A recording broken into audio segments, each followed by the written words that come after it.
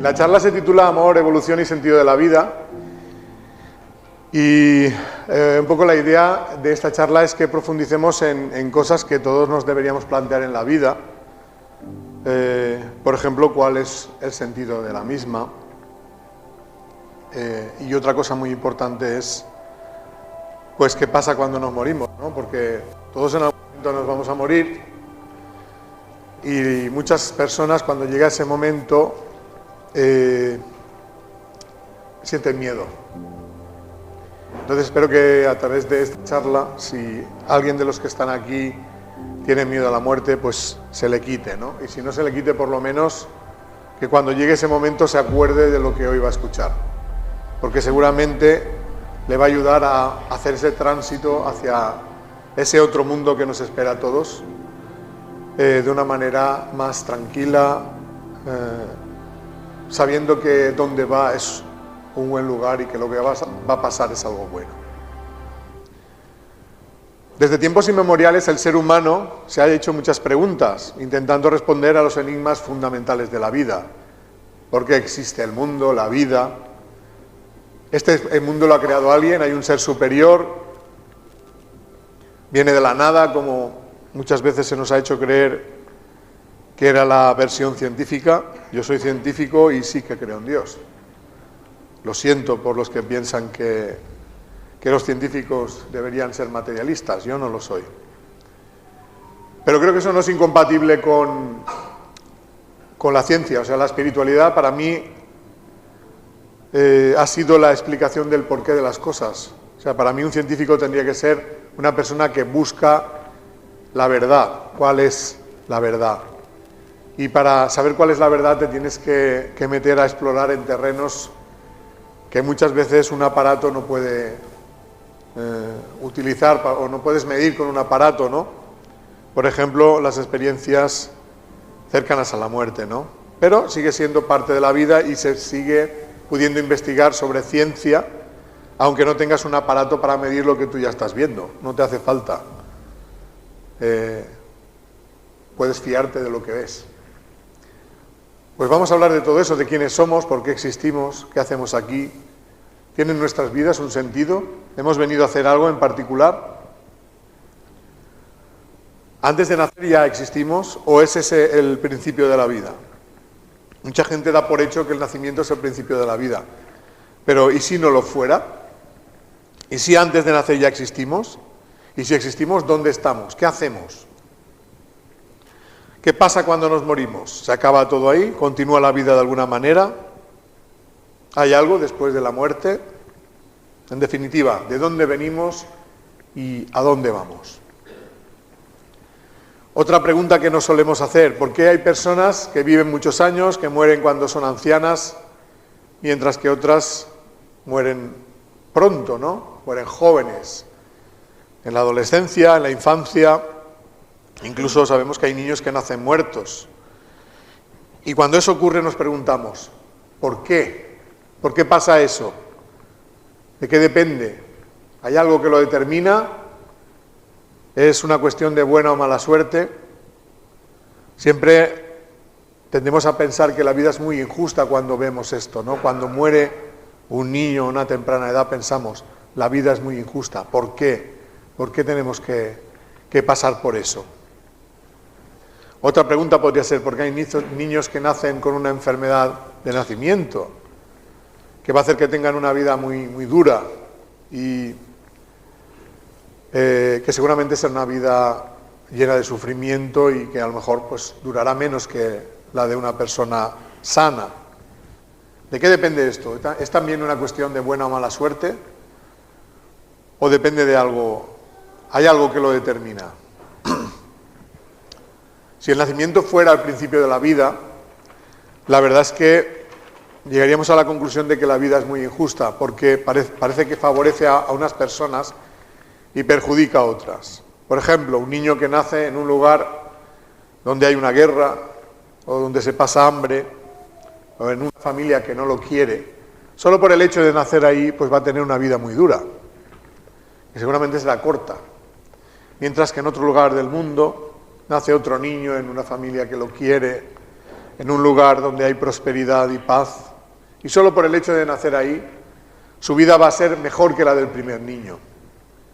Por eso muchas personas, al observar estas diferencias desde el nacimiento, llegan a la conclusión de que la vida es injusta porque parece que favorece a unos y perjudica a otros. En general, si observamos cómo está el mundo, nos daremos cuenta de que hay mucho sufrimiento y que la mayoría de este sufrimiento es causado por la maldad del ser humano. Muchas personas argumentan su ateísmo precisamente en la siguiente reflexión: si existiera un Dios infinitamente poderoso y bondadoso, intervendría de alguna manera para arreglar los males del mundo, y como eso parece no ocurrir, pues llegan a la conclusión de que no existe. Pero aún así, pensando en el tema de la maldad, uno se puede preguntar, ¿por qué pasa esto en el mundo? ¿Por qué el ser humano es como es y hace las cosas que hace? Algunas buenas y muchas de ellas malas. ¿Tiene esto algún propósito? ¿Hacia dónde va la humanidad? ¿Tiene la humanidad posibilidades de algún día llegar un momento que creo que todos deseamos, en que no haya guerras, no haya genocidios, no haya asesinatos, violaciones, tantas y tantas cosas terribles que pasan hoy en día, ¿no?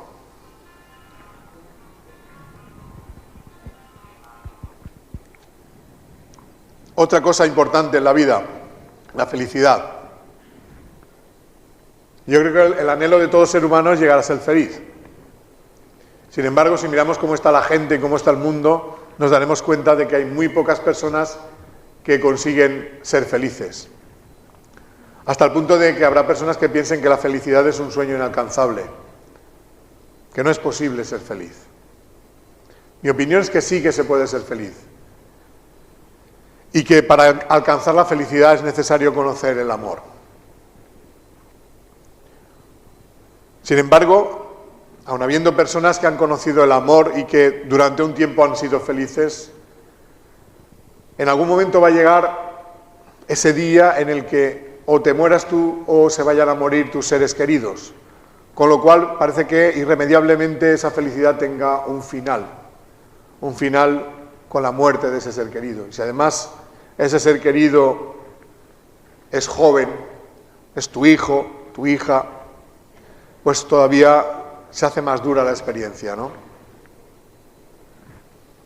Esta serie de preguntas sin aparente respuesta hacen que la mayoría de personas tengan la percepción de que la vida está llena de sufrimiento, un sufrimiento al cual no le encuentran sentido, y al final pues llegan a la conclusión de que la vida es injusta, ¿no? Por eso, porque está llena de pruebas que generan sufrimiento y a muchas de ellas no le encontramos un sentido. Y eso hace que muchas personas pues vean la vida con amargura, con desesperanza, con tristeza, incluso que llega el momento en que desean no vivir, ¿no? Desean que la vida termine. De hecho, en los últimos años está incrementándose el número de suicidios, de personas que se quitan la vida de todas las edades, pero especialmente preocupante es la cantidad de jóvenes que intentan quitarse la vida. Para mí esto tiene mucho que ver con el haber llegado al punto de no encontrarle un sentido a la vida y pensar que la única manera de dejar de sufrir es dejar de existir. Sin embargo, para mí sí que existe una respuesta a todas estas preguntas, y esa respuesta, si uno la llega a interiorizar, le cambia la vida y empieza a entenderlo todo. Lo que antes no tenía explicación, ahora encaja perfectamente, ¿no? Es como hacer un puzzle en el cual tienes muchas fichas y no encuentras la manera de juntarlas, ¿no? Pues si haces esa exploración interior con todo lo que va pasando a todos los seres humanos, puede ser que llegue el día en que encuentres que cada pieza tiene su sitio y que todas encajan. Y al encajar dibujan una realidad que es la realidad del plano espiritual. Y es en la que nosotros vamos a profundizar en esta charla. Vamos a ir hablando de testimonios de personas que han tenido vivencias que nos pueden ayudar a contestar a todos estos interrogantes. Personas que han estado en la frontera entre este mundo y el otro, por ejemplo, que han estado clínicamente muertas y han sido reanimadas, o las personas moribundas que están en trance de dejar este mundo, pero que todavía siguen aquí y nos cuentan un poco lo que están viviendo. También hay personas que afirman recordar vidas pasadas y otras que afirman haber contactado con seres que ya han fallecido. De todas esas experiencias nos podemos nutrir nosotros para poder llegar a entender qué es lo que hacemos en este mundo. Vamos a empezar hablando de las experiencias cercanas a la muerte, experiencias que han tenido personas que han estado en muerte clínica. La muerte clínica es un estado donde se te ha parado el corazón, has dejado de respirar, tu cerebro ha dejado de funcionar. Lo normal es que esto sea la muerte definitiva. Sin embargo, con los avances que existen hoy en día, pues hay técnicas de reanimación que han permitido pues que algunas personas hayan salido de esa situación, ¿no? Que hayan sido reanimadas y hayan continuado con su vida, ¿no? Por ejemplo, con el uso de desfibriladores cuando una persona tiene un infarto. Pues resulta que algunas de esas personas que vuelven a la vida después de este intervalo de tiempo en el que estuvieron muertas, cuentan una experiencia, y esa experiencia es muy parecida de unos a otros, hasta el punto de que se la ha denominado experiencia cercana a la muerte y se han descrito cuáles son sus etapas. Vamos a hablar un poquito de cada una de ellas. Lo primero que esas personas experimentan cuando sobreviene su muerte es la separación de su cuerpo. Es decir, sienten que se salen del cuerpo como si se quitaran un vestido, y al salir del cuerpo siguen manteniendo las constantes de la conciencia, ¿no? Siguen sintiendo, siguen pensando y percibiendo todo lo que ocurre a su alrededor. Lo que pasa es que ahora ya no lo hacen a través de los sentidos físicos, no saben cómo, pero siguen percibiendo la realidad, incluso la perciben con mayor claridad. Fuera del cuerpo suelen experimentar un viaje como si fuera a través de un túnel, se sienten como en estado de ingravidez, como si flotaran, y a través de ese túnel llegan a un lugar que describen como un lugar de mucha luz, de mucha paz, un lugar donde se sienten maravillosamente y del cual no se querrían ir.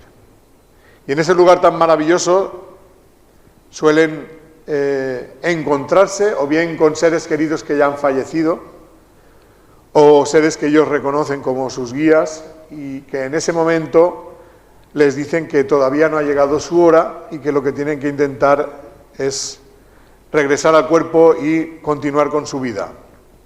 Y es entonces cuando súbitamente regresan al cuerpo, y al regresar al cuerpo pues recuperan las constantes vitales. Todo el mundo que estaba intentando reanimarlos se pone muy contentos, excepto ellos, que se ponen muy tristes. Y es que ellos hubieran preferido quedarse allí, porque la sensación de paz, de bienestar y de felicidad que han experimentado no lo habían experimentado nunca en este plano. Por lo tanto, para ellos es un fastidio tener que volver a este mundo. Sin embargo, por el motivo que sea, tienen que volver. Sin embargo, esa experiencia les cambia la vida completamente. ¿En qué les cambia? Primera cosa que pasa, dejan de tenerle miedo a la muerte porque han echado un vistazo y lo que han visto tiene muy buena pinta. Por lo tanto, a partir de entonces ya no temen a la muerte. Segundo cambio que experimentan, un cambio de valores. Generalmente estamos las personas muy preocupadas en la vida por los aspectos materiales. Trabajar para pagar la hipoteca, sobrevivir, gente que quiere ser sexy para ligar más, todo el mundo machacándose en los gimnasios para tener tableta de chocolate, ese tipo de cosas. Sin embargo, estas personas que han experimentado esta experiencia, pues se dan cuenta que todo eso no tiene mucha importancia y descubren que lo más importante de la vida es cultivar los sentimientos. Y a partir de entonces empiezan a valorar mucho las relaciones humanas, porque se dan cuenta que esto es lo más importante de la vida. Esas experiencias no penséis que son cosa de ahora, eso ha existido toda la vida. Lo que pasa es que seguramente hace cientos de años, como contaras algo así, pues, y se enterara alguien que no tocaba, pues te iban a quemar en la hoguera por brujo, por hereje, por vete tú a saber por qué. Entonces la gente aprendió a callarse y a no contar este tipo de vivencias. Hasta que poco a poco el tiempo fue pasando, la sociedad fue evolucionando y aunque podían reírse, si contabas algo así y no creerte, ya no te mataban. Eso ya era un gran avance para la humanidad. Entonces, en los años 70 del siglo XX empezaron a aparecer muchos casos de personas que contaban este tipo de experiencias y algunos hombres de ciencia se interesaron por este tipo de testimonios. Uno de ellos fue Raymond Moody, psiquiatra y filósofo norteamericano, que empezó pues a estudiar el tema. Y a raíz de todo su estudio, pues publica un libro titulado Vida después de la vida. Luego tuvo que hacer un segundo libro con más información, reflexiones sobre la vida después de la vida. Se atreve en el año 1977 a escribir un artículo científico titulado Experiencias cercanas a la muerte, un dilema para la medicina, en una revista de investigación. Eso fue un hito histórico.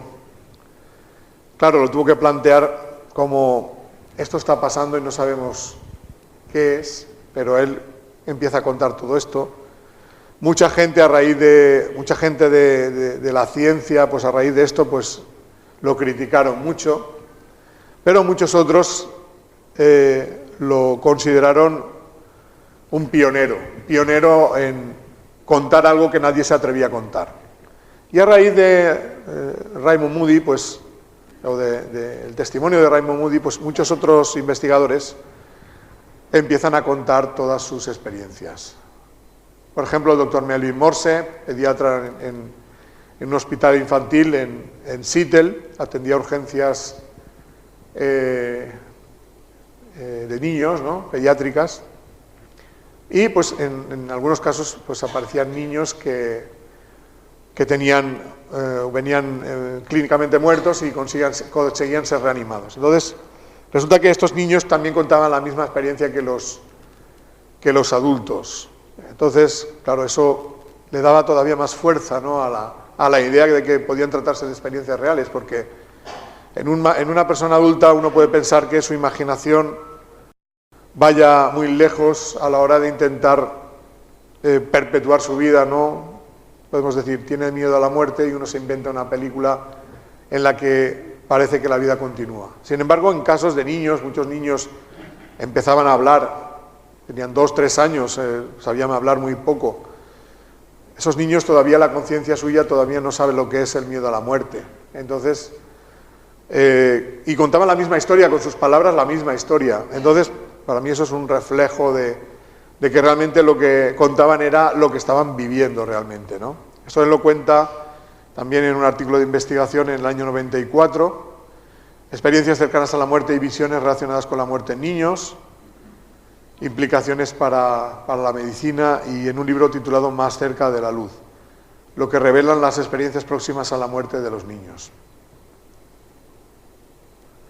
Después de todos estos trabajos iniciales, los científicos se organizaron de forma colectiva para hacer estudios, digamos, de mayor alcance, ¿no? Por ejemplo, el del doctor Wim van Lommel, en Holanda. Él dirige un estudio donde se consigue recoger la experiencia de más de 300 personas que habían estado en muerte clínica por paro cardíaco y que consiguen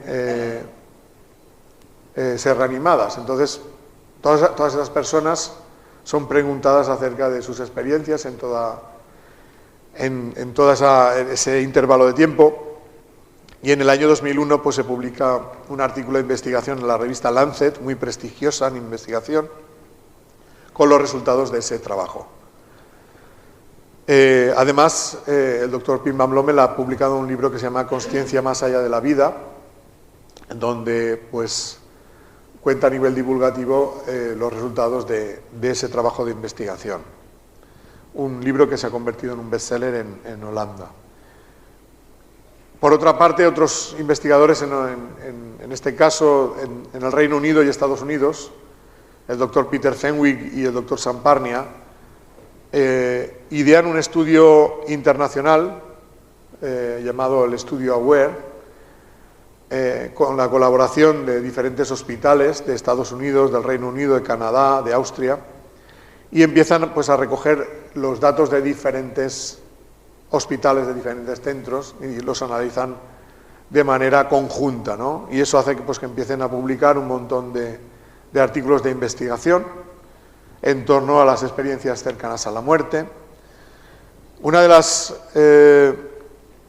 conclusiones de estos estudios era saber cuánta gente tiene una experiencia cercana a la muerte, o sea, qué porcentaje de gente va a tener una experiencia cercana a la muerte a lo largo de su vida. Entonces, el resultado en general de todos los estudios dice que alrededor del 4 o 5% de toda la población acabará teniendo a lo largo de su vida una experiencia cercana a la muerte. Fijaos que siendo que vamos camino de los 9.000 millones de personas en el mundo, pues un 4 o un 5% son cientos de millones. Entonces, lo digo porque para que nos demos cuenta que realmente hay mucha gente que ha tenido una experiencia cercana a la muerte. Y esto lo digo porque cuando se habla del tema de la muerte, la primera ocurrencia que casi todo el mundo tiene es decir lo siguiente: no, es que nunca vamos a saber lo que pasa después de la muerte porque nadie ha vuelto para contarlo. ¿Cómo que no? El 4% de la población mundial, cientos de millones de personas, han vuelto para contarlo. Otra cosa es que les escuchemos. Afortunadamente hay gente que les ha escuchado. Y gracias a que les ha escuchado, pues nosotros podemos saber ahora qué perspectiva tenemos después de la muerte, qué se desprende de toda esa información. De verdad que hay muchas investigaciones al respecto. Bueno, aquí os doy 2 libros más de bibliografía: La verdad en la luz, de Peter Fenwick, o ¿Qué pasa cuando nos morimos? Estos están en inglés porque no he encontrado en castellano. No sé si es que no los han traducido o qué pasa. Y aquí tenéis otros más de otros investigadores. Evidencias del más allá, de Jeffrey Long, Al otro lado del túnel, del doctor José Miguel Gaona. Las pruebas científicas de una vida después de la vida, del doctor Jean-Jacques Carbonnier, o Yo vi la luz, del doctor Enrique Vila. Todos ellos, suelen ser médicos, psiquiatras, pues que han indagado en este área y han llegado todos a las mismas conclusiones. La primera, que las experiencias cercanas a la muerte no son alucinaciones, son experiencias reales. Y la segunda es que lo que nos están diciendo esas experiencias es que la vida continúa más allá de la muerte del cuerpo físico. Es decir, que la muerte no es el final. La vida continúa, no ligada al cuerpo físico, porque el cuerpo se queda aquí en este mundo, pero nuestra conciencia sobrevive y de alguna manera continúa viviendo en otro plano de la existencia. Hablemos ahora de las experiencias de las personas moribundas, con el que en el trance final de la vida también hay personas que tienen experiencias que parecen extraordinarias, pero que son muy, muy frecuentes. Muchos dicen que ven a seres queridos que ya han fallecido y se dedican a conversar con ellos. También a veces son seres que ellos no conocen, pero que les transmiten mucha paz, mucha serenidad. Y parece ser que ese contacto es una manera de prepararles para esa transición que están haciendo, para que no tengan miedo, para que se vayan en paz. Y además los que vienen a contactar con ellos son personas que ya ellos conocen, porque las han conocido en vida. Es una manera en la que se intenta que no tengan miedo a la muerte, ¿no? Porque si vas a ir acompañado de alguien que conoces, siempre te va a dar menos miedo ir a un lugar que tú desconoces. También ha habido muchos investigadores que se han dedicado al estudio de estas experiencias, como la doctora Elizabeth Kubler-Ross, psiquiatra, que ha escrito artículos y también libros como La muerte, un amanecer, que recomiendo especialmente a personas que hayan tenido la pérdida reciente de un ser querido, o El arte de morir, de Peter Fenwick, que ha escrito junto a su mujer Elizabeth.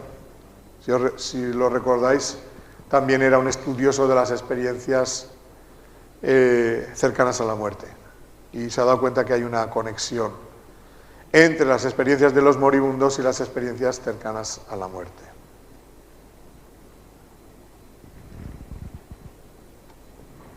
Vamos a hablar ahora de las...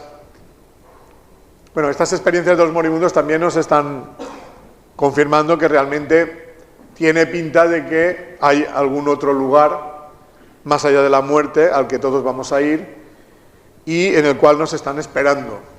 Hay personas que nos quieren y que están ahí esperando a que nosotros vayamos allí.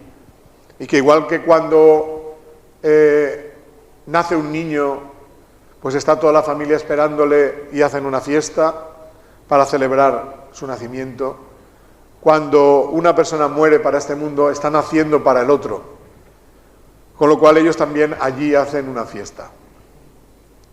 Aquí están los médicos para ayudar al nacimiento. Allí están los médicos espirituales para ayudar a la desencarnación. Porque también hay que romper un cordón. El cordón umbilical, cuando se entra en este mundo, es el que hay que romper. Y cuando se va al otro mundo se rompe el cordón de plata, que es el que une el cuerpo con el espíritu. Si puedes dejar de hacer el ruido ese.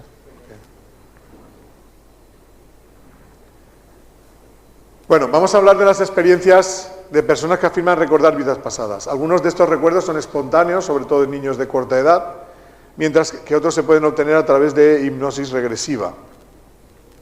También hay estudiosos que se han dedicado a ver si todas esas experiencias son reales o no. Por ejemplo, Ian Stevenson, médico y bioquímico, profesor en la Universidad de Virginia, se dedicó a estudiar en su vida profesional experiencias de recuerdos de otras vidas de niños pequeños, que a esa edad de 3, que empiezan a hablar, de 3 años, pues algunos de ellos empiezan a contar que han vivido otra vida, dando detalles de cómo fue esa vida, de cómo murieron, cosa que deja perplejos a los que los conocen, ¿no? Porque no entienden por qué esos niños dicen tales cosas. Sin embargo, pues algunos padres, ante la insistencia de los hijos y ante los sorprendentes que son estas vivencias, pues deciden investigar, ¿no? ¿Qué hay de verdad en todo esto? Y pues algunos de esos casos son conocidos por Ian Stevenson y otros investigadores, y lo que ellos intentan es comprobar si con los datos que el niño da es posible verificar si esos recuerdos pertenecen a la vida de alguien que ya murió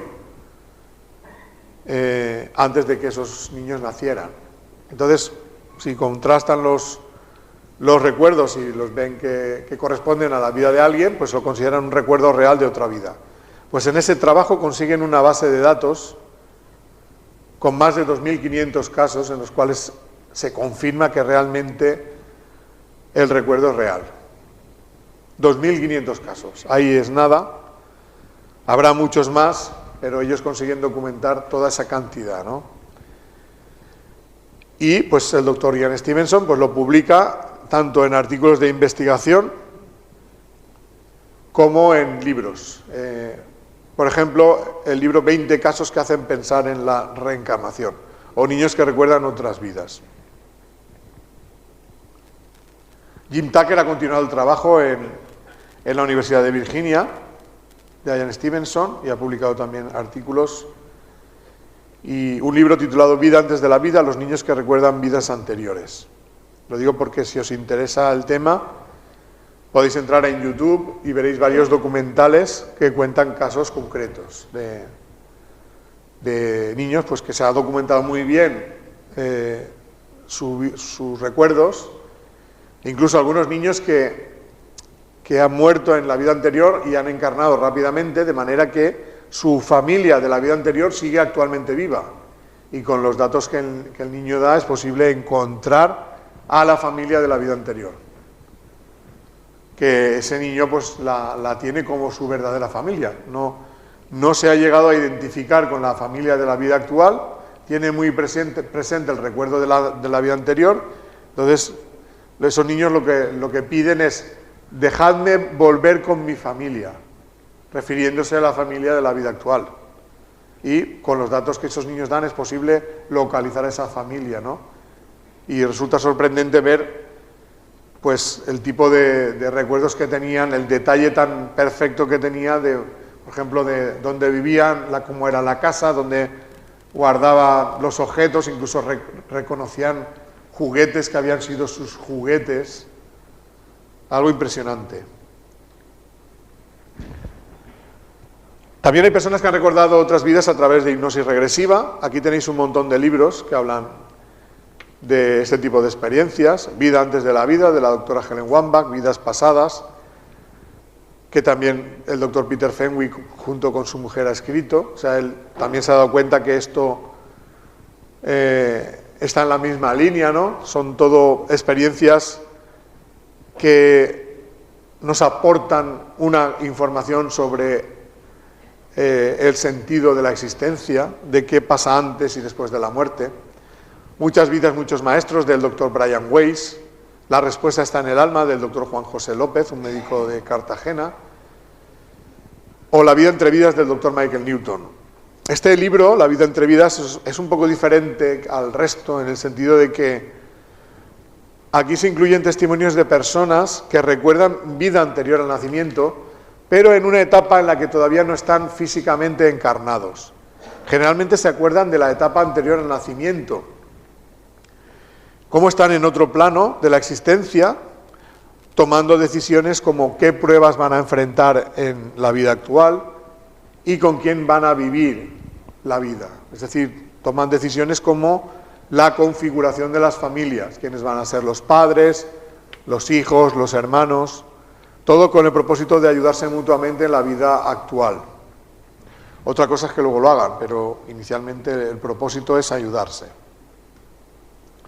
Hablemos ahora de las experiencias de personas que afirman haber contactado con seres que ya han fallecido. El contacto más habitual sucede con seres queridos fallecidos recientemente, que bien a través de sueños o bien a través de experiencias de duerme-vela. O sea, en ese estado en el que no estamos ni despiertos ni durmiendo, parece que es un estado de bastante sensibilidad. Entonces, en ese momento, los que se han ido aprovechan para hacerse ver y contactar con nosotros. Decirnos: yo estoy vivo o estoy viva, estoy bien, no sufras por mí, supera el dolor y continúa con tu vida e intenta ser lo más feliz que puedas. Pronto o en algún momento nos vamos a reencontrar, que será cuando nosotros vayamos para allá. Es decir, es un mensaje de consuelo y de aseveración de que ellos están bien y están vivos.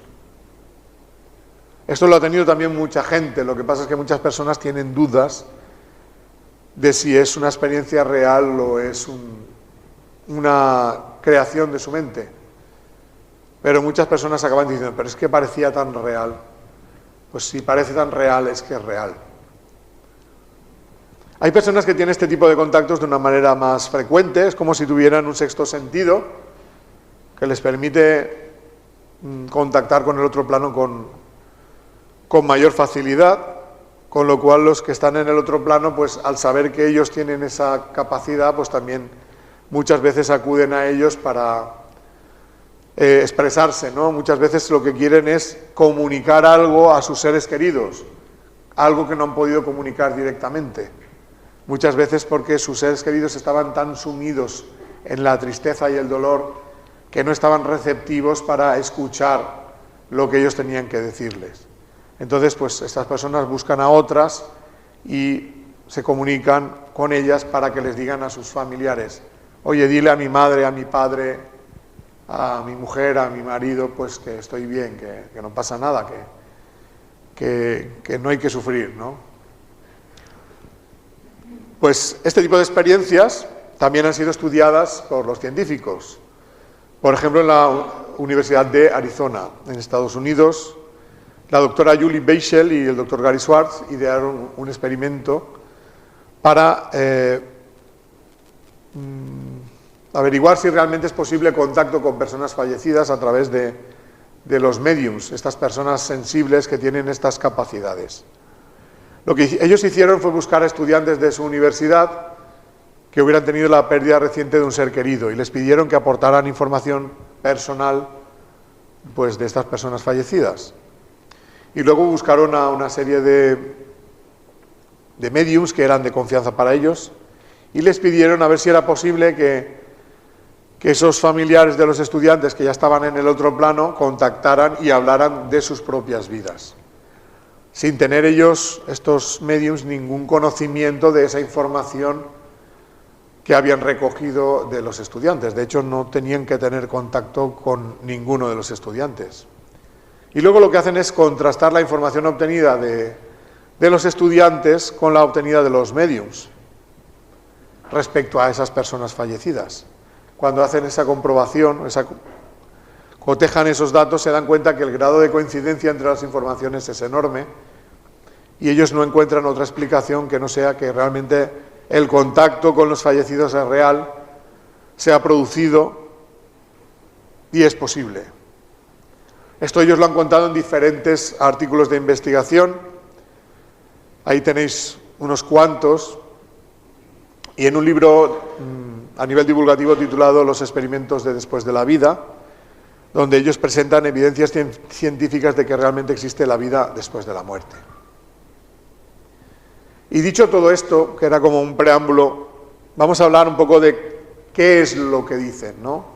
Ahora hemos dicho de dónde viene la información, hemos dado unas pequeñas pinceladas sobre algunas cosas importantes, pero ahora vamos a desmenuzar un poquito las cosas más importantes que se desprenden de esos testimonios, lo que yo llamo informaciones del otro lado. Primera cosa importante, la primera cosa que se dice es que todos nosotros somos inmortales.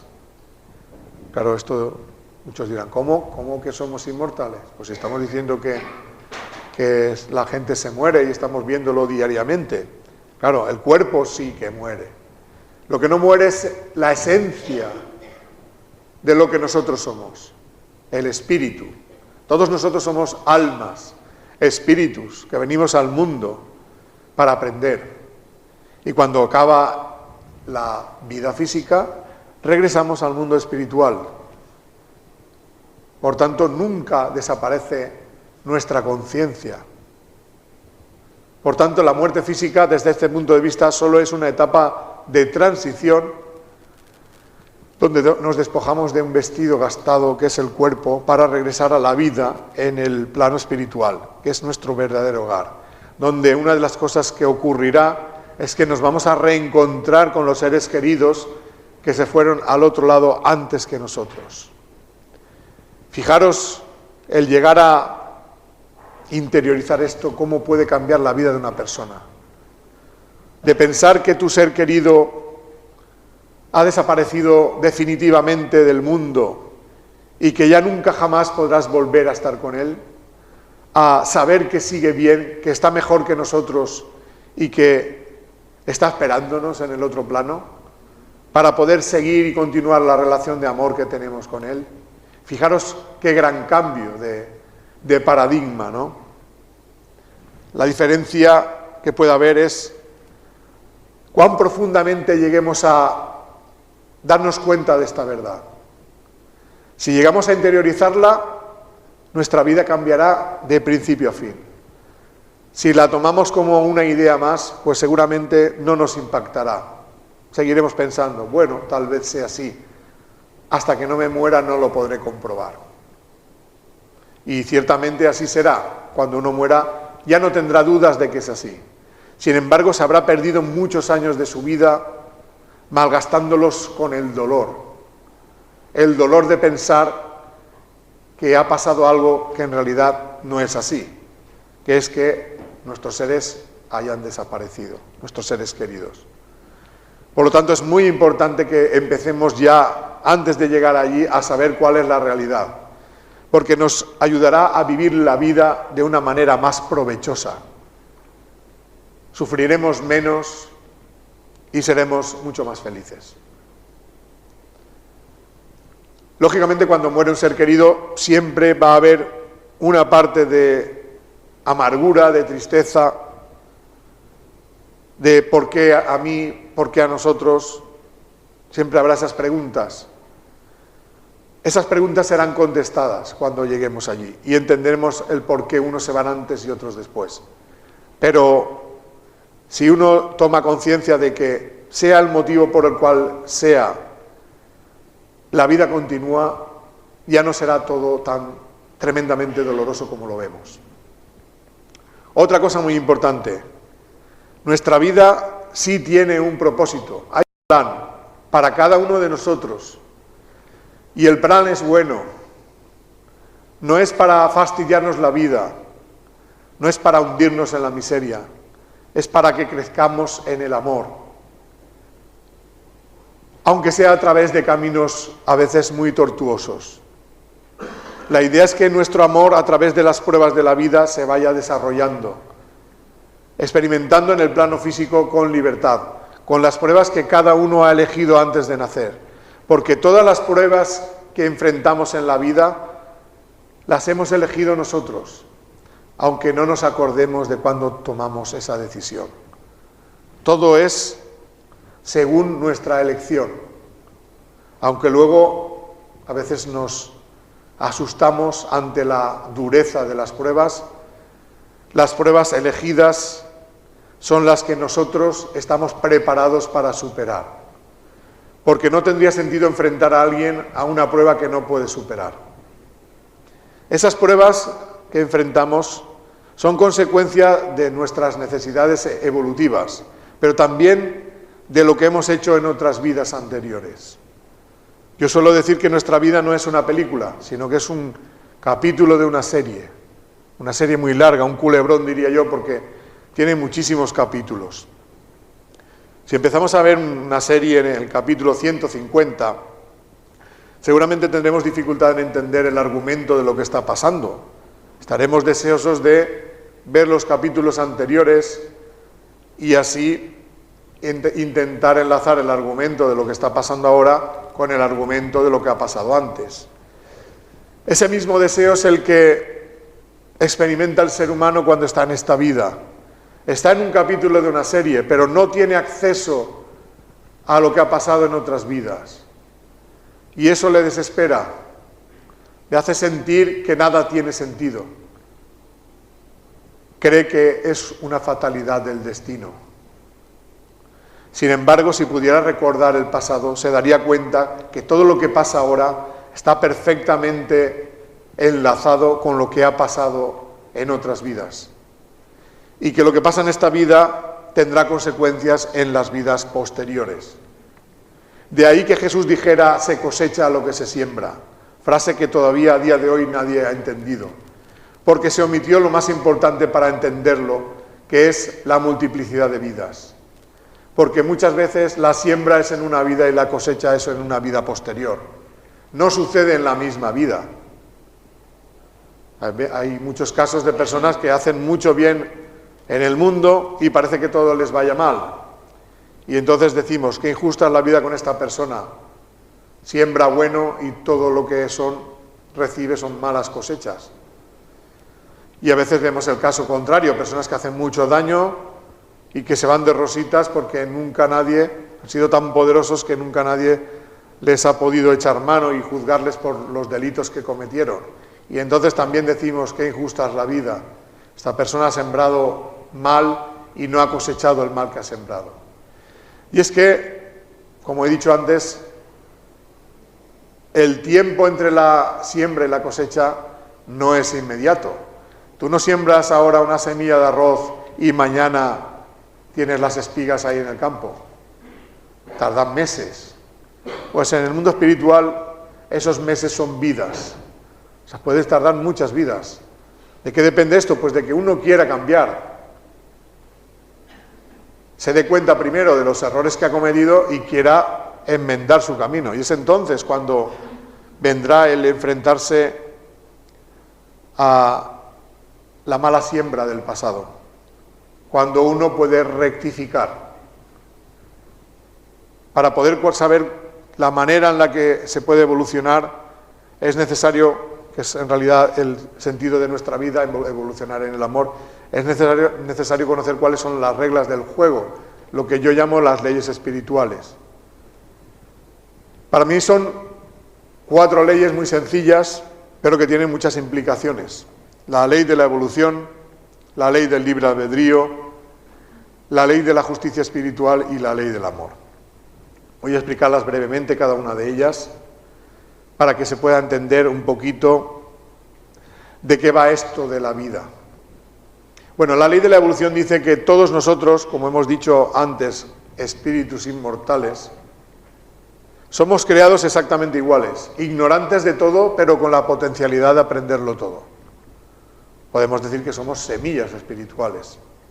Esas semillas espirituales, a raíz de ir viviendo experiencias, tanto en el mundo material como en el mundo espiritual, van creciendo, van germinando, van creciendo, van desarrollándose. Esos principios espirituales necesitan de la vida material para desarrollarse y vienen a este mundo primero en las formas de vida más sencillas y luego cada vez en formas de vida material más evolucionadas. Y todo eso es necesario para que se vayan perfeccionando. Llega un momento en que ese principio espiritual toma conciencia de su propia existencia y ya tiene capacidad para decidir por sí mismo. Es entonces cuando comienza la fase humana de la evolución, que es en la que estamos nosotros. Por encima de la fase humana hay otras que no vamos a profundizar en ellas, pero el objetivo es que poco a poco ese espíritu vaya convirtiéndose en un espíritu con conciencia propia, con capacidad de decisión propia y cada vez más amoroso y menos egoísta. La diferencia que hay pues entre unos y otros no es que hayamos sido creados diferentes, sino más bien en el tiempo de evolución que llevamos cada uno, porque no todos son creados en el mismo momento. Hay espíritus más jóvenes, hay espíritus más viejos, y también en el provecho que hayamos sacado del tiempo que llevamos evolucionando.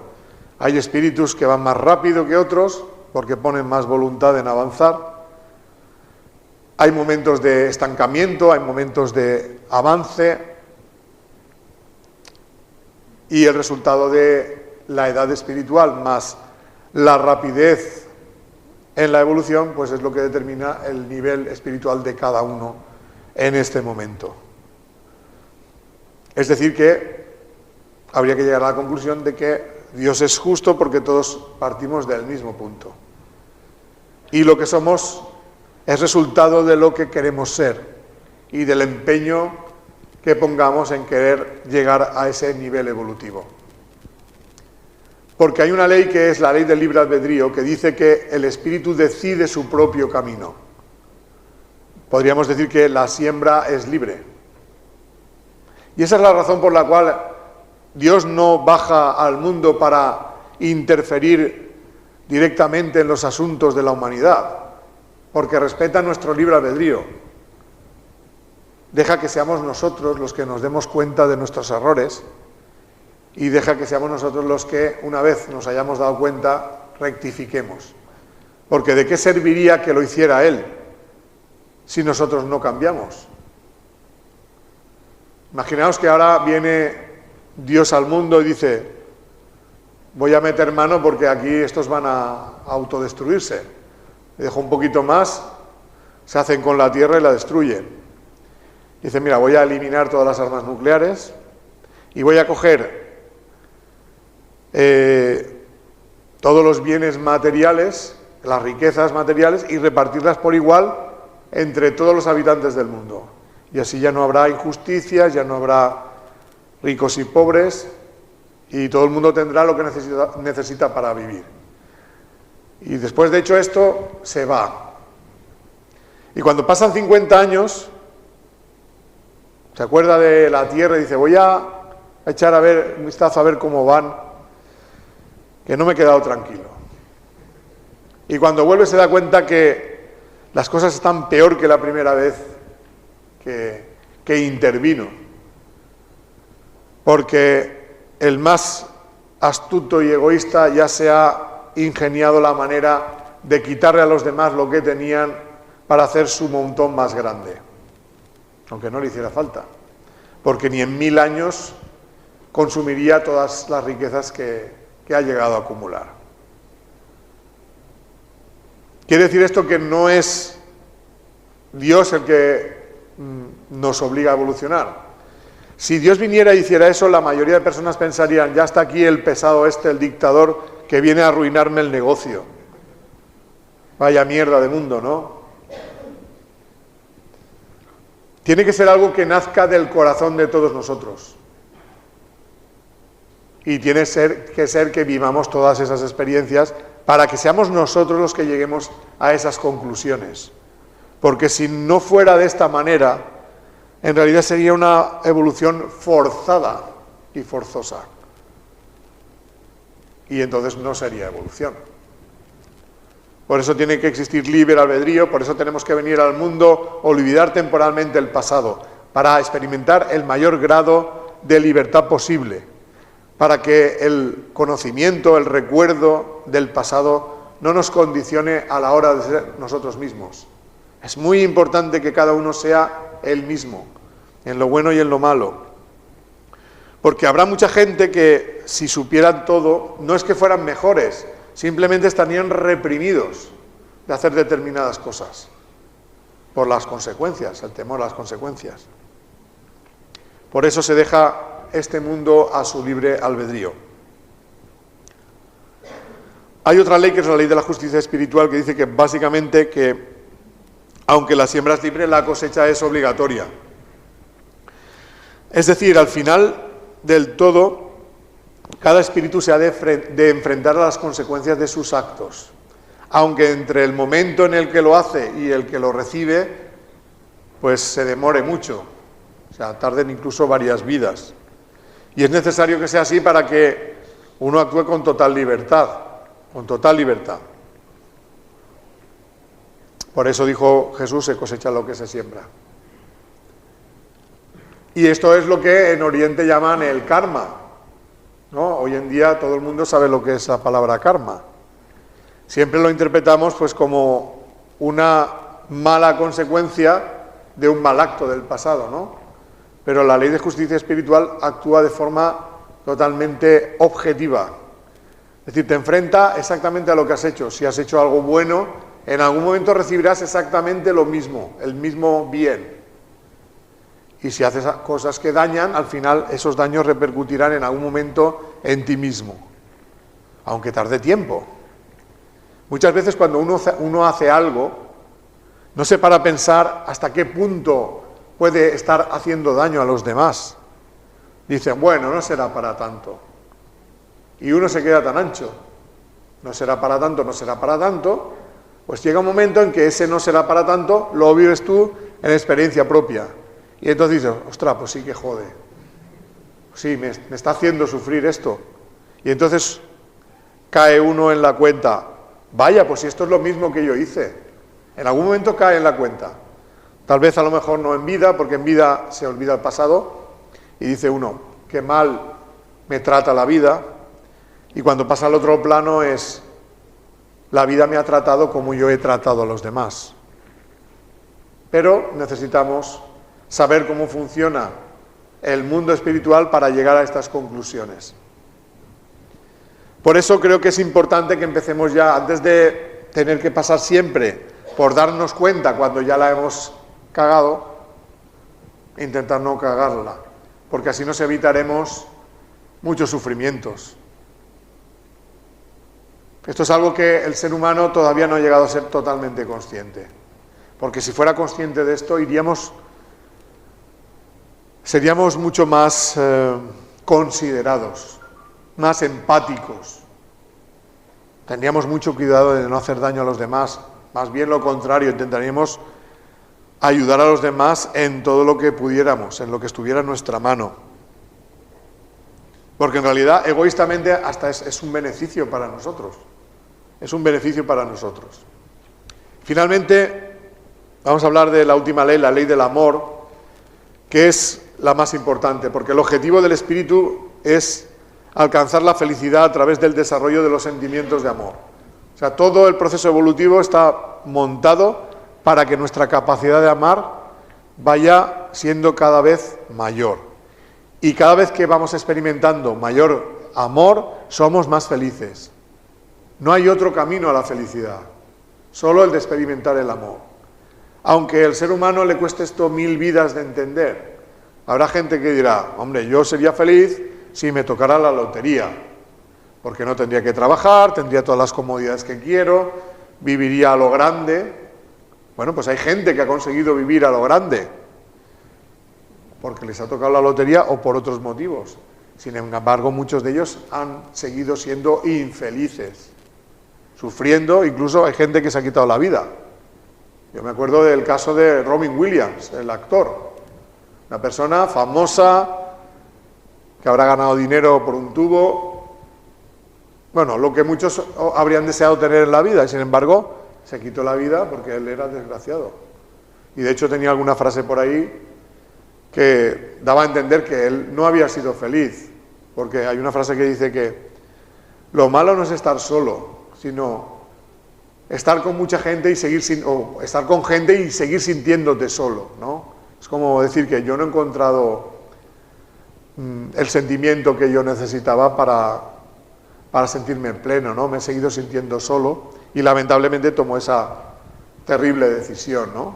O Whitney Houston también, ¿no? Otro caso. Hay mucha gente famosa que lo ha tenido todo materialmente y han acabado muy mal porque les ha faltado lo más importante para ser feliz, o lo único que hace falta, que es el amor.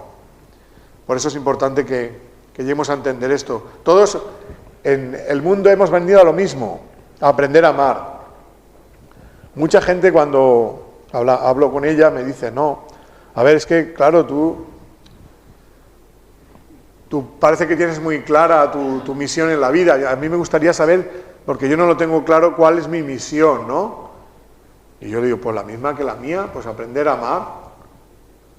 Cada uno con las circunstancias que haya elegido, ¿no? Y con el propósito que cada uno haya elegido también a nivel concreto, ¿no? Y pues mucha gente dice, ya, pero es que yo no sé cuál es concretamente. Y yo digo, pues no importa. No importa que no sepas cuál es.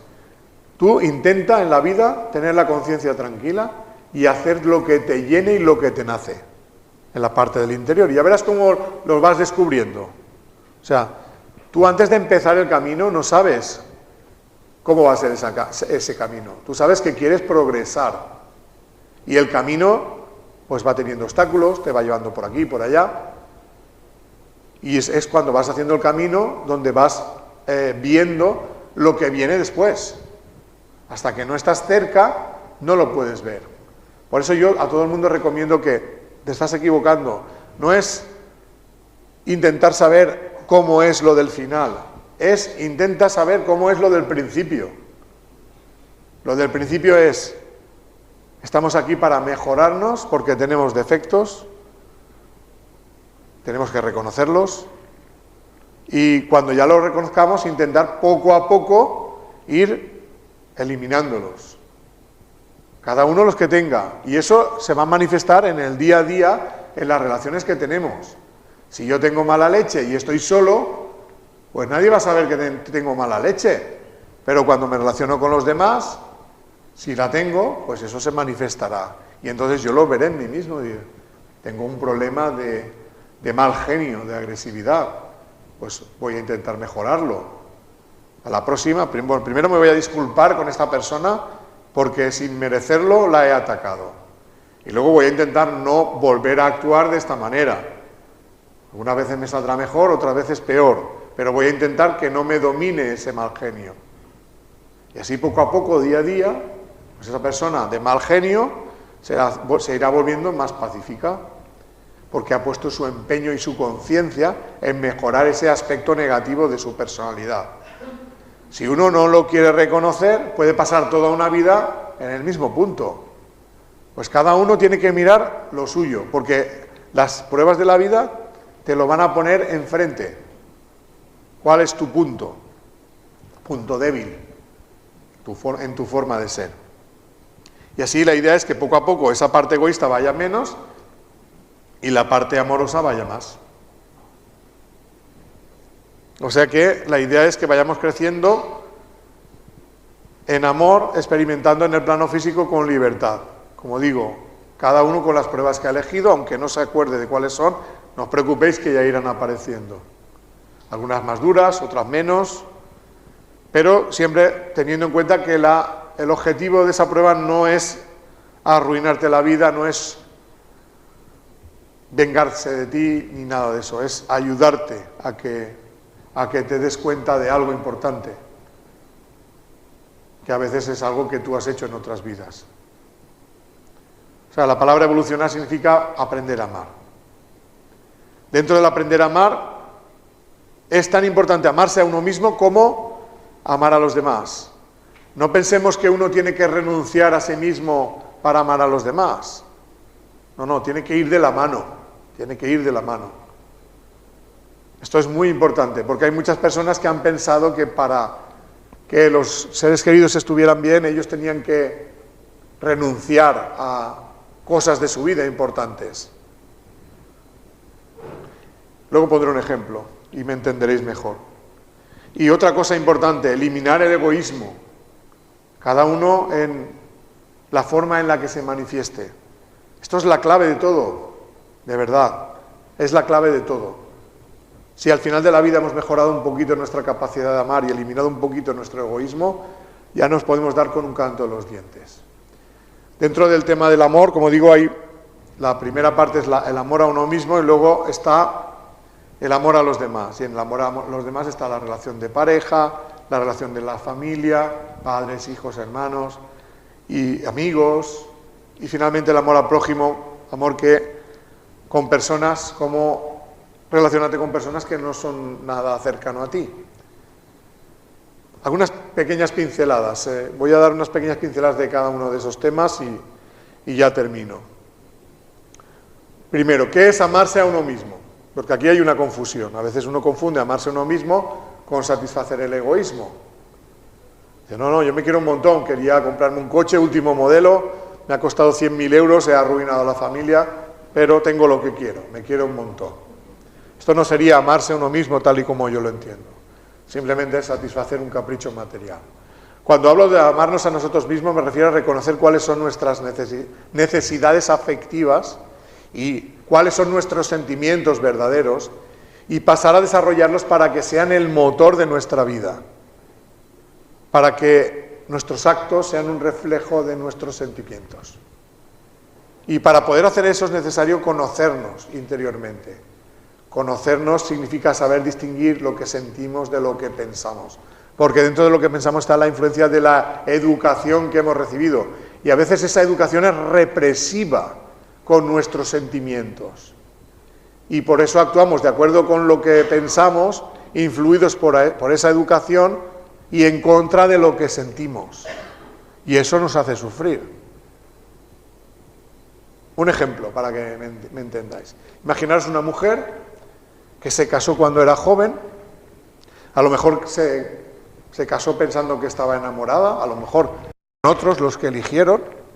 La cuestión es que esa mujer se ha dado cuenta de que ella no es feliz porque no está enamorada del marido. Si ella reconociera y se sintiera libre, diría, pues como no soy feliz, voy a decirle a mi marido que no quiero continuar la relación. Dejaría la relación y ya se habría acabado su problema. Pero imaginemos que esa mujer se casó en el seno de una sociedad donde se piensa que el matrimonio es para toda la vida y que romperlo es un pecado. Entonces esa mujer tendrá miedo a dar ese paso, tendrá miedo al qué pensarán los demás, incluso ella puede tener miedo ella misma de pensar que está haciendo algo malo a los ojos de Dios. sea, porque la han educado así. Entonces puede tener miedo al qué dirán, al qué pensarán, a las represalias del marido, de la sociedad, que todos piensan así. Puede tener miedo al desamparo material, ¿dónde voy a ir yo sola? O puede tener miedo a qué le va a pasar a sus hijos, en el caso de que hubiera tenido hijos, y entonces decide continuar con esa relación. Pues ese es un ejemplo de mujer que no se ama a sí misma, porque vive reprimida, obligada por una sociedad o por una educación que le ha sido impuesta, pero que realmente no refleja lo que ella siente. Pues a consecuencia de eso vive una vida de amargura, de tristeza interior, y no saborea nada de su vida. No saborea nada de la vida, pues vive como un robot. Hago esto porque me han dicho que lo tengo que hacer, tengo hijos porque me han dicho que los tengo que tener, es normal, es verdad que los querrá, pero será a lo mejor la única cosa que le dé un poco de ilusión en la vida, ¿no? Porque estar con una persona a la que no amas, pues es un suplicio, ¿no? Pues por eso digo que hoy en día todavía estamos, en muchos lugares del mundo todavía está esto así. Y aquí, aunque haya más libertad, todavía quedan flecos de todo eso. Reflejo de eso, pues todos los casos de violencia de género que hay, ¿no? Es un reflejo de que en realidad todavía, a día de hoy, no se respeta la libertad de sentimiento. O sea, una persona no está obligada a estar con otra toda la vida si no lo desea. Dios no es quien le obliga. Son las tradiciones, las leyes que los seres humanos han montado. Entonces, cuando uno se da cuenta ya que Dios lo que quiere es que seamos felices y que tenemos la libertad de sentimiento, pues todo esto que nos han enseñado lo echamos a un lado e intentamos ser valientes y vivir la vida que queremos vivir, aunque eso no guste a los demás. Eso por un lado, hablando del amor a uno mismo. Ahora hablemos del amor a los demás. Para mí el amor verdadero a los demás, en su grado máximo, ha de ser incondicional. Es decir, la persona que ama verdaderamente no espera nada a cambio de lo que hace, y el que actúa por interés no está amando verdaderamente. Y ha de ser libre, es decir, tú no puedes forzar los sentimientos. Tú no puedes obligar a nadie a que te quiera, ni te puedes obligar a querer a alguien a la fuerza. Eso ha de nacer del interior, y más en una relación de pareja. O sea, tu pareja la debes elegir tú por lo que tu corazón siente. No la puede elegir nadie más, ni la puedes elegir con la cabeza, pensando en esto es lo que me conviene o esto es lo que esperan de mí. Todo eso hay que apartarlo. O sea, cuando tú sientes amor de pareja por alguien, no necesitarás analizarlo. Eso surgirá y no podrás ni controlarlo. La lástima es que muchas personas sí que han podido llegar a sentir esto y lo han apartado por el miedo al que dirán, porque no fuera la primera relación y haber tenido ya una relación formalizada con otra persona, por diferentes motivos. Lo dejan pasar y eso es triste. Bueno, ¿por qué decía todo esto? Porque aunque muchas personas tienen un buen concepto del amor que sienten, ese amor está impregnado de egoísmo a veces. Por ejemplo, cuando uno piensa en el amor a los hijos, dice, no, yo a mis hijos los quiero más que a mi vida, daría mi vida por ellos, pero con todo lo que estoy haciendo por ellos y mira cómo me lo pagan. En ese mira cómo me lo pagan, estamos reconociendo que no es tan incondicional. Sí que esperamos algo a cambio. ¿Qué esperamos? Que nuestros hijos hagan lo que nosotros queremos. Por tanto, también estamos vulnerando su libertad. Aunque nosotros pensemos que sabemos qué es lo mejor para nuestros hijos, deberíamos dejar que nuestros hijos elijan su vida.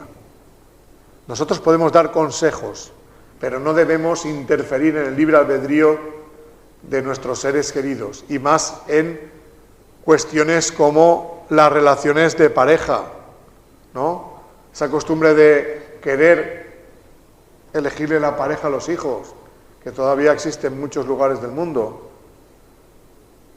A lo mejor uno piensa que lo está haciendo por un bien, pero nos olvidamos de los sentimientos de nuestros hijos.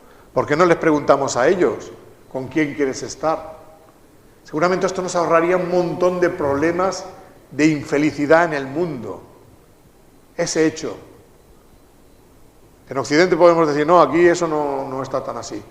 Sigue habiendo muchos motivos que impiden que las personas respeten la libertad de sentimiento. Y a lo mejor no para entrar en las relaciones, que aquí hay más libertad para eso, luego para dejarlas, cuando los ex no aceptan, ¿no? Que no quieras continuar, toman represalias, ¿no? La persona está despechada, está dolida y dice, por el mal que tú me has hecho ahora te lo voy a hacer yo pagar el doble. Y hacen daño a sus exparejas. Mi pregunta es, ¿cómo puede ser que tú digas que quieres a una persona y al mismo tiempo seas el gran causante de su sufrimiento? Hay algo que no cuadra. ¿Qué es lo que no cuadra? Que en realidad tú no amas a esa persona. Porque si amaras a esa persona, querrías que fuera feliz. Y si esa persona te está diciendo que necesita separarse, divorciarse para ser feliz, aunque no te guste, lo respetarás. Esas son pequeñas pinceladas. Esta forma de querer equivocada, egoísta, es lo que llamamos normalmente amor posesivo, mal llamado amor, y que en el libro llamamos el apego, que es esa forma de querer donde la persona cree que la persona amada es de su propiedad y tiene derecho a decidir por ellas. Eso pasa mucho en las relaciones de pareja, sobre todo si hay un vínculo de matrimonio firmado. Uno cree que ha comprado a la otra persona, y eso no es así. Las personas no se compran ni se venden. Las personas, si quieren estar juntas, están, y si no quieren, no están. Y nada les obliga a continuar. Y menos Dios. Y menos Dios. La persona que se cree esto, cree que la persona amada es de su propiedad y tiende a vulnerar la libertad de la persona amada. Incluso la llega a retener a su lado en contra de su voluntad. Y pues pasa todo lo que estamos viendo en la televisión, ¿no? El machismo es una forma de apego. Por educación o porque también lo lleva al interior, muchos hombres piensan que su mujer, con la que se han casado, les pertenece y eso le da derecho a decidir por ellas. Y eso no es así. Nadie pertenece a nadie. Personas que se aman no necesitan poner cadenas. Y si no quieren estar juntas, nada les impide dejar la relación, o no debería impedírselo. Nadie tiene que pagar ningún precio por dejar una relación en la que no quiere estar. Eso eran las pequeñas pinceladas sobre el tema de las parejas, que en mis libros pues ese tema se habla ampliamente. Ya para ir acabando, pues, algunos pequeños consejos en general para las relaciones personales con cualquiera, ¿no? Lo que yo llamo consejos de amor al prójimo. Intentemos primero respetar la libertad de sentimiento.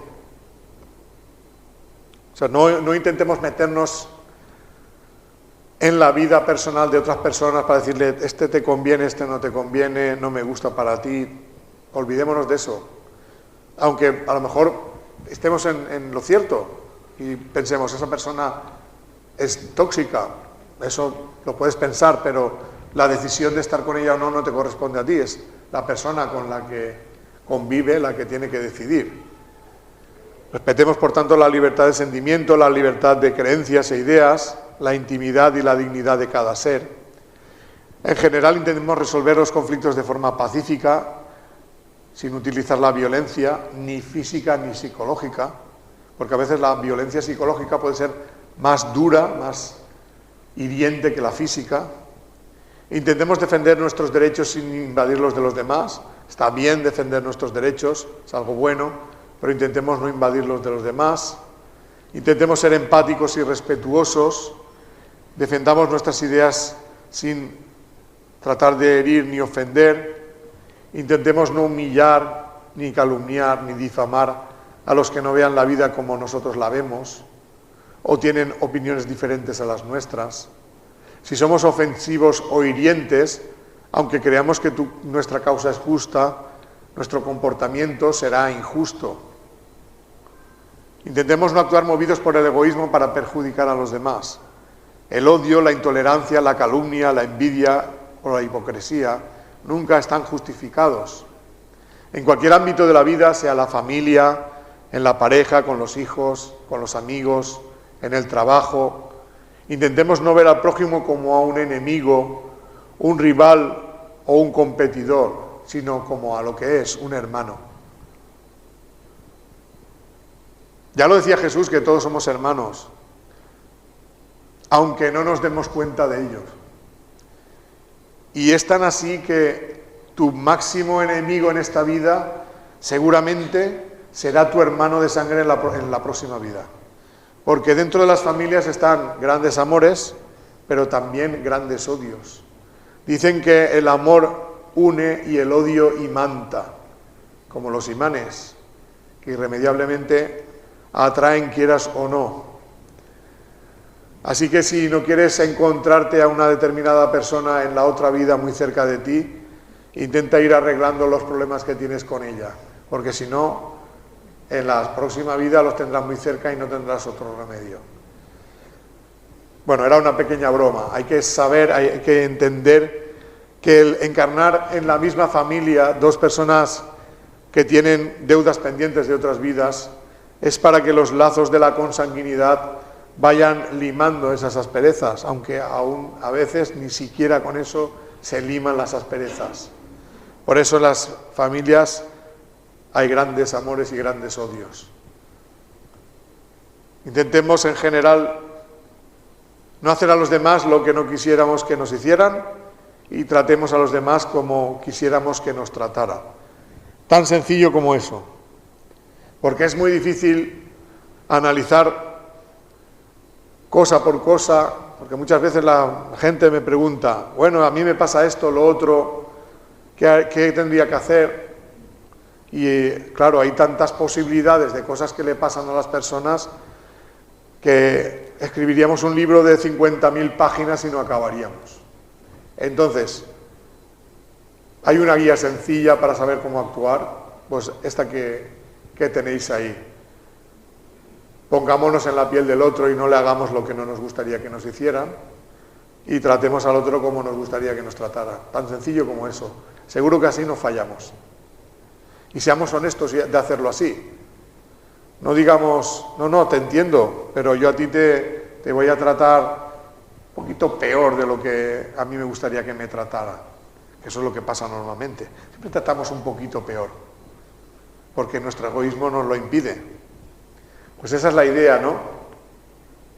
Solo cuando nos dejemos de actuar con interés sin pedir algo a cambio por lo que hacemos, estaremos más cerca de alcanzar el amor incondicional. No es nada fácil. Como digo, es cuestión de muchas y muchas vidas el hacer pequeños cambios en nuestra forma de ser, pequeños cambios que nos vayan haciendo cada vez más amorosos y menos egoístas, más amorosos, como los osos amorosos, ¿no? Para mí, ya para acabar, deciros que la evolución espiritual gira en torno a dos conceptos: desarrollo de la capacidad de amar y eliminación del egoísmo. Fácil de decir, difícil de conseguir, porque el egoísmo tiene muchas formas de manifestarse, muchas ramificaciones. Es como intentar podar un árbol que nunca para de crecer. Todas esas ramas son manifestaciones del egoísmo. Pero siempre hay un tronco. Si cortas el tronco, de un plumazo te puedes cargar un montón de ramitas. Pues hay que saber cuáles son nuestras ramas principales, nuestros troncos del egoísmo, y ir a por ellos. Porque si le damos a ese, nos vamos a ahorrar un montón de problemas. Porque detrás de ese caerán otros más flojos. Como os he dicho antes, para mí el destino de todos nosotros es el mismo: aprender a amar incondicionalmente y a través de ese amor alcanzar la verdadera felicidad, aunque sea a través de pruebas dolorosas que aparecen muchas veces en la vida. Pensad que aunque el camino sea duro, la recompensa es grata, y a veces esa recompensa no la viviremos en esta vida, sino que la viviremos cuando lleguemos al mundo espiritual. Tenemos que tener esa confianza de que las cosas son así para poder enfrentar el día a día de este mundo, que de momento es un mundo que por la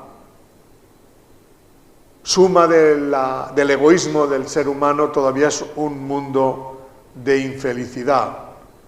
Yo suelo decir esto que tenéis ahí: todo el sufrimiento del mundo tiene el mismo origen, la ausencia de amor, llamémoslo egoísmo.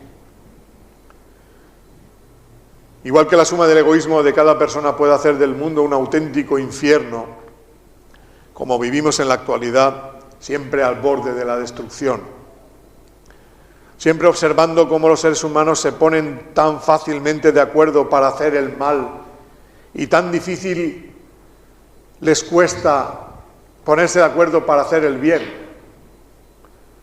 Qué pronto se han puesto de acuerdo los países en gastarse millones y millones de euros en armamento.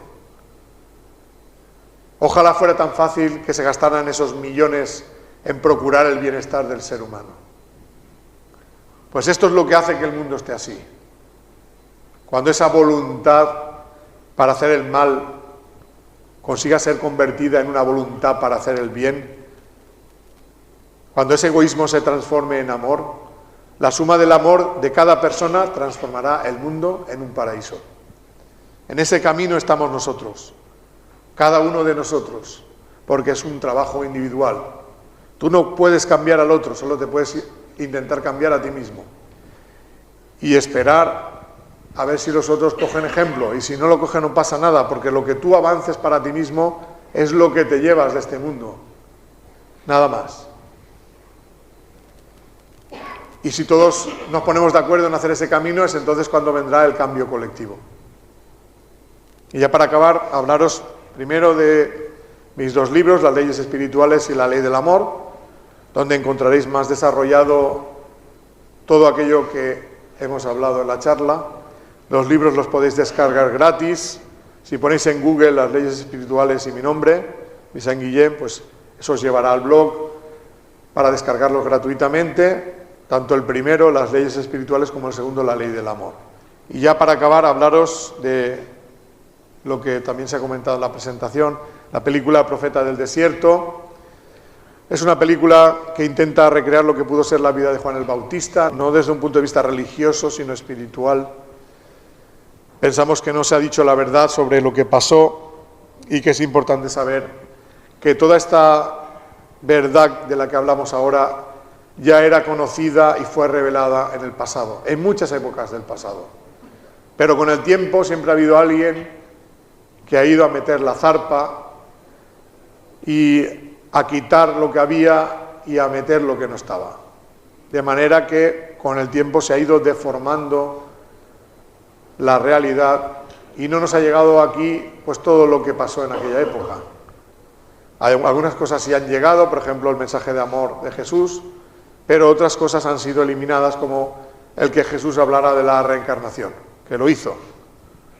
Y hay muchas pruebas de ello, pero todo eso se ha borrado. Entonces la idea de la película es hablar un poco de todo ello. La película, si la queréis ver, si no la habéis visto, podéis verla en YouTube, gratis, ponéis el título El Profeta del Desierto y la podréis ver.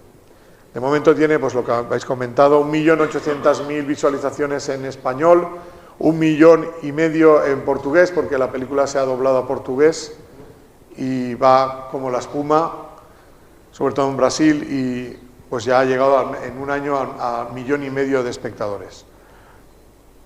Esta película la estamos ahora continuando. Cuando hice la diapositiva iba por 700.000 en portugués, ahora ya más del doble. Bueno, ahora estamos rodando la segunda parte, El Profeta del Desierto 2, donde se seguirá contando la vida de Juan el Bautista, pero aparecen otros personajes muy importantes, como María Magdalena. En realidad se cuenta un poco una parte de su vida. Esto no lo vais a ver reflejado en ningún sitio, porque se ha hablado mucho de la vida de María Magdalena y poco de verdad. Algunas cosas ya se van aclarando, por ejemplo, que no fue prostituta, No es que hubiera pasado nada si lo hubiera sido, pero es que no lo fue. 2000 años ha aguantado la Iglesia Católica con esa imagen, cosa que, por ejemplo, la Iglesia Ortodoxa nunca ha dicho. Fue en el catolicismo a partir de, no sé si fue del 600 o 700 después de Cristo, que a algún jerarca de la Iglesia se le ocurrió esta idea y que se ha ido perpetuando hasta el día de hoy, de manera que si hoy preguntas en general a cualquier persona que ha sido criada en el catolicismo quién era María Magdalena, pues todo el mundo dirá una prostituta arrepentida que fue seguidora de Jesús. La segunda parte es verdad, fue seguidora de Jesús, pero no fue prostituta. Y la Iglesia lo ha reconocido, o sea, lo ha reconocido el Papa, si queréis lo buscáis. De hecho, en la película que ha hecho este hombre, Joaquín Phoenix, lo dice, que se reconoce que no fue prostituta. Pero hay muchas cosas que no se sabe de ella. Y se han dicho otras muchas cosas que tampoco son ciertas, que se dice ahora y están de moda, y pensamos que era importante aclararlo. El papel de María Magdalena en la misión de Jesús. Quizá podríamos decir que María Magdalena fue la principal discípula de Jesús y que gracias a ella el mensaje de Jesús se extendió. Podríamos decir que Juan el Bautista fue el precursor, o sea, el que iba por delante para preparar el camino, Jesús el que hizo la misión y María la que lo continuó. Lamentablemente, por el machismo del mundo, todo eso ha sido borrado. Entonces vamos a intentar, a través de la película, aportar nuestro granito de arena para que se sepa la verdad. Lógicamente, cada uno podrá pensar lo que quiera y tener su opinión. Esta es la nuestra. Y ya, pues por mi parte, daros las gracias por vuestra atención. Y si queréis preguntar o comentar alguna cosa, pues ahora es el momento. Muchas gracias.